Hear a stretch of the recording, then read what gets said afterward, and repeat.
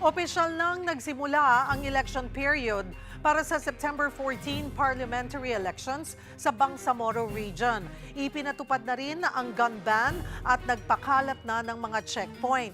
At para mas mapag-usapan pa natin ito, makakausap natin si COMELEC spokesperson, Attorney John Rex Laudianco. Magandang tanghali po sa inyo, Attorney. Magandang tanghali po, Ma'am Sherry, at sa lahat po ng ating taga-subaybay. Attorney Laudianco, unang araw pa lamang po ng election period. Kamusta na ho yung sitwasyon sa BARM? Naging maayos ba ang pagpapatupad ng gun ban at mga checkpoint? At may naitala na rin ba tayong mga paglabag o insidente?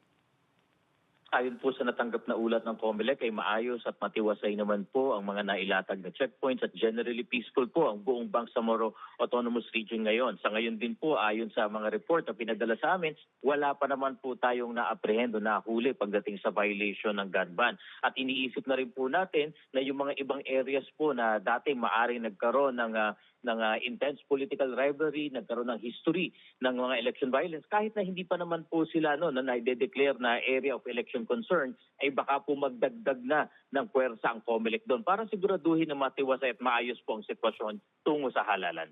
Ilan po bang checkpoints na yung operational at ano ho rin ang mensahe natin doon sa may mga lisensyadong baril? Wala pong eksaktong bilang na naitinalaga ang COMELEC, ngunit sapat po para sa assessment natin, lalong-lalo na doon sa frequently na dinadaanan ng mga lugar, major thoroughfares po. At yung mga lugar na dati na sabihin na natin na maaring nagkaroon ng history po ng mga nasagawa ng krimen doon, yan po yung tinututukan ng ating PNP. At paalala rin po sa ating mga kababayan, mobile po yung ating mga checkpoints. Pero aasahan po ninyo na mahigpit na ipapatupad ang regulation. Ano-ano ito? Ang checkpoint po ay nakalagay sa mga well-lighted areas. Ang mga magche-checkpoint po na police at AFP personnel ay naka-uniforme, merong ID. Nandun po yung malaking karatula na nakalagay ang COMELEC checkpoint kung sino ang team leader at kung sino po ang election officer na nakakasakop dyan. Pati na rin po ang kanilang telephone numbers para po kung nais ninyong makontak ang tao ng COMELEC at ang hepe ng ating po nagche-checkpoint ay makausap ninyo at kung sakali man din po may concern. Paalala po sa ating mga kababayan, dahil nga po election period, mula po dito sa ating pagtatalaga po kahapon mula July 16 at tatagal hanggang September 29,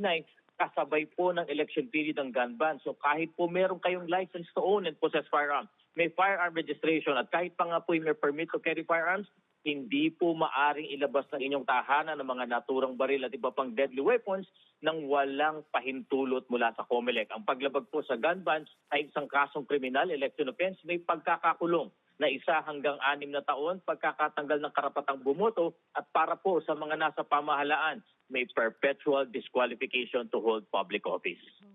Puntahan ko po ito namang pagpiprint ng mga official ballots. Kumusta po? Nasaan na po tayo sa proseso at may naging aberya o naging issue ba pagdating sa printing po?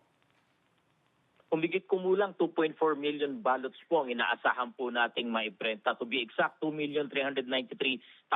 At matatapos na po ito sa loob ng 1.5 linggo. Sa ngayon po, makikita nyo sa COMELEC Facebook page ay nakalive po yung actual na pag-imprenta sa National Printing Office. Maayos din po ang ulat sa amin. Kaya nga po, inaasahan natin sa loob ng 1 linggo at kalahati ay matatapos natin ito. Ang mga balota po ay hindi basta-basta pag na-imprenta ay tuluyan na ipapadala. Lahat pong ito ay i-check dun sa kanilang automated counting machine kasi precinct specific po ang ating balota.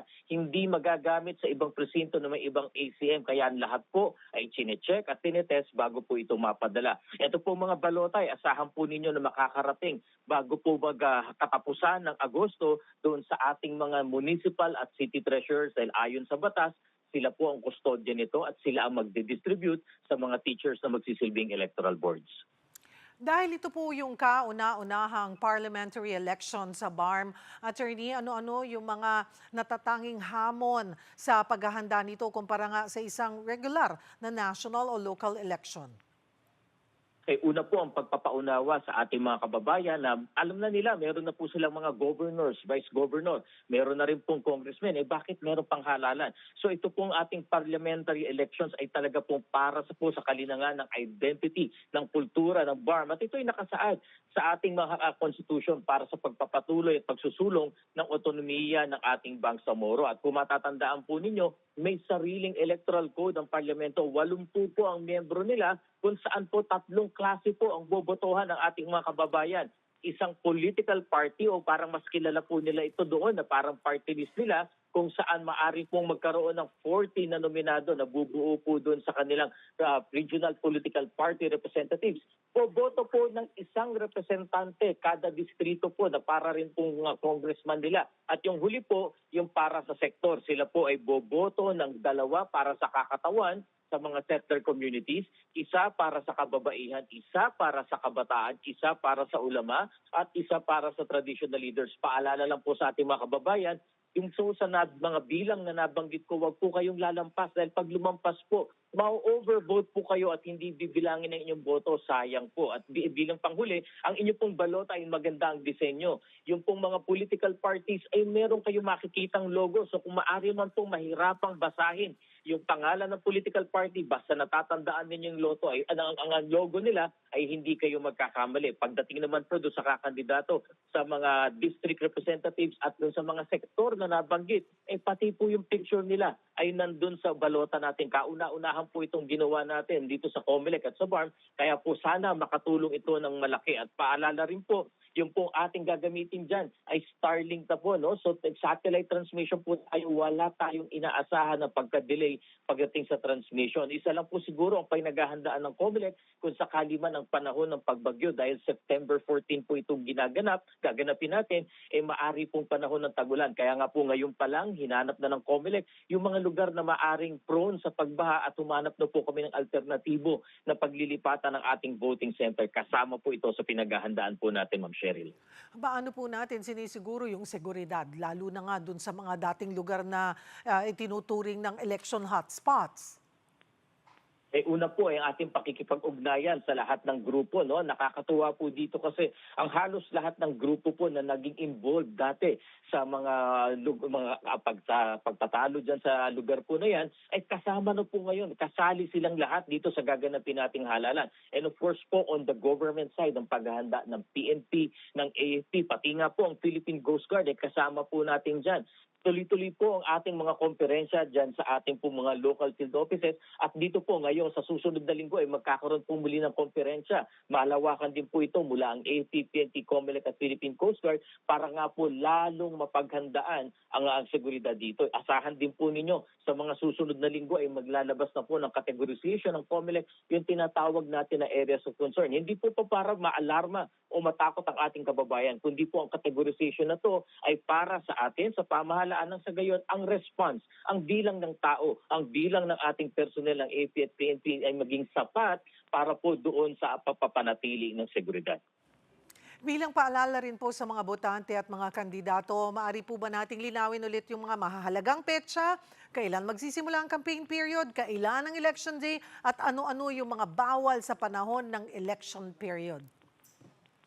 Sa ating mga kababayan po na nandyan sa BARM at sa mga naging kandidato po dahil nakapaghain na po kayo ng certificates of candidacy, paalala, ang ating pong halalan, kauna-unahang BARM parliamentary elections ay gaganapin sa September 14. Kaya nga po ang ating election period, ang ating gun ban, pati na rin po yung mga checkpoints natin ay nagsimula na po kahapon, July 16, 2026 at tatagal hanggang September 29. Ang ating pong kampanyahan ay magsisimula ng July 30 at tatagal hanggang September 12. Sa panahon po ng election period, bawal na bawal po yung pagdadala ng armas, labas ng bahay ng walang pahintulot ng Commission on Elections. Pati na rin po yung pag-secure sa pamamagitan ng mga bodyguards. Humingi muna po kayo ng pahintulot sa COMELEC. Bawal din po ay yung ating pong paglipat-lipat ng mga kawani ng pamahalaan na nang walang pahintulot ng COMELEC, yung pong pagsususpend ng mga officials, pati na rin po yung pag-organisa ng mga strike forces. Lahat po yan ay ituturing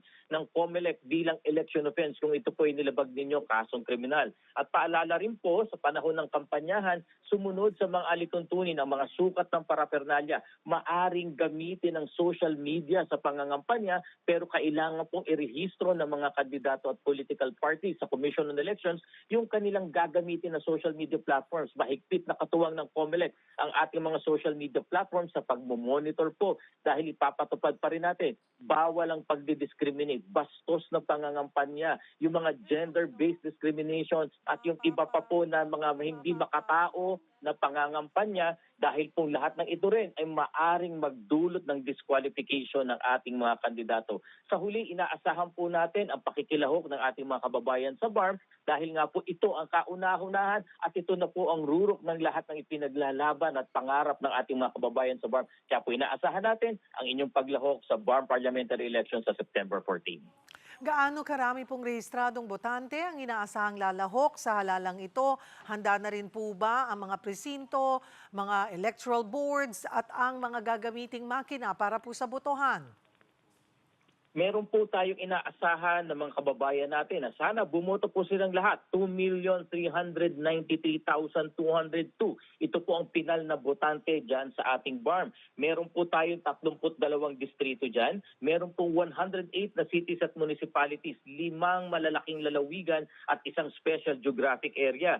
Yung pong mga paaralan, gagamit po tayo ng 1,186 na paaralan dyan kung saan nakabuo po ang COMELEC. 5,212 na gaganang presinto. Itong 5,212 na presinto, yan din po yung bilang ng automated counting machines na gagamitin natin dyan. May reserba po ang COMELEC na 1,288 pang makina na naka-deploy na po yan, naka-pre-position. Para ano po mangyari kung sakali magkaroon ng problema? Ang panuntunan ng COMELEC kung hindi mareresolba sa loob ng isang oras, palitan na kagad ang ating makina. At yung pong makina na maiaalis natin dyan ay gagawin sa sentro dahil nagtalaga rin po ang COMELEC ng technical at repair hub sa bawat lalawigan. So mababalik po sa sirkulasyon ito. Inaasahan din po natin yung ating mga kababayan na ito nga po ay sana makilahok sila dahil simula po sa buwan ng Agosto, isang buwan po ito, iikot po ang mga taga-COMELEC dyan sa BARM. Kasama na po ako dito mula sa main office para po yung automated counting machine ipagamit natin sa kanilang muli. Magkaroon sila ng voting experience, magkanda kami ng voter education, malaman pa ang dapat nilang matutunan para sa BARM elections. Sa gayon, pagdating ng September 14, handa po ang lahat para sa botohan. Puntahan ko lamang po, Attorney Laudianco, yung special election dito sa Cavite para sa bakanting pwesto sa Kongreso. Deadline ngayon ng filing ng Certificates of Candidacy. Sino-sino na po yung mga nakapaghain ng kanilang COC? Hinihintay po natin ang pagtatapos ng araw na to para malaman po natin kung may hahabol pa. Ngunit sa unang araw, noong July 15 po, merong 2 naghain ng COC. Sila po ay si Raul Rex del Rosario Mangubat. Ikalawa ay si Marvin Opamin Dupalag. Kahapon po, July 16, naghain ng COC si Alexander Aguilar Ordeñez at si Jacinto Bautista Franil Jr. Ngayon po araw, tama po kayo, ang huling araw ng paghahain hanggang alas 5 lamang po ng hapon. Inaasahan po namin na pupunta po yung nagdanais pa na magkain ng COC. Doon po, nandun ang COMELEC sa AVR Socio-Economic Building sa New City Hall po, dyan sa Dasmariñas City. At dahil nga po, ngayon po ay pasok na yung ating filing ng COC, asahan din po natin sa pagdating po ng July 30, sisimulan na po ang election period at electoral po dyan, ganba na rin po dyan. Ang kanila pong pangangampanya ay dyan din sa araw ng July 30 na yan at tatagal ng August 27. At syempre po ang ating halalan para dun sa special elections na magiging kinatawan, member ng House of Representatives sa 4th District ng Cavite, diyang Dasmariñas City, August 29, 2026. Sabado po ito para mas lalo po makalahok ang ating mga kababayan sa Dasmariñas. Kailan po mismo ang special election at automated din po ba ang magiging sistema ng botohan? Sa August 29 po ito, Ma'am Cheryl, yung special elections. Hindi po automated. Ito po yung manual elections dahil isa lang naman po ang bobotohan nila at wala na po tayong kinakailangan na malayo ang pang-transmission. Inaasahan po natin na mapapabilis ang botohan dahil imbis na yung dati po ng mga around 600 to 800 ang botante kada presinto ay ibinaba po ng COMELEC sa less than 600 at yung iba nga po ay less than 400 pa. Ang botante po na nandiyan sa Dasmariñas City, sa 4th District, ay aabot sa 448,883. Medyo malaki po ito. At gagamit po tayo ng 43 na mga paaralan at meron po tayong mga presinto na 1,300. And by the way, ang bilang po ng ating mga electoral boards dyan ay humigit kumulang mga teachers na magsisilbi ay humigit kumulang 10,000 po ang makakatuwang natin dyan sa Dasmariñas City. Sa huli po, kumustahin na rin po namin yung paghahanda ng COMELEC para sa barangay at sangguniang kabataan election sa November. Tuloy na po ba talaga ito?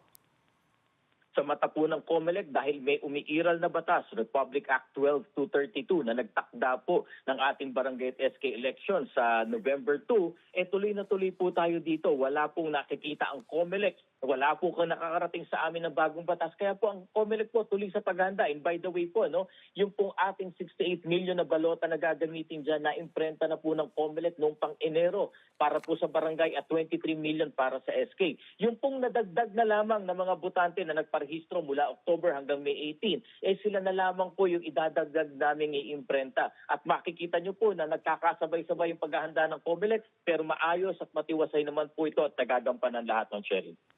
At ito po ay mananatiling manual po yung proseso.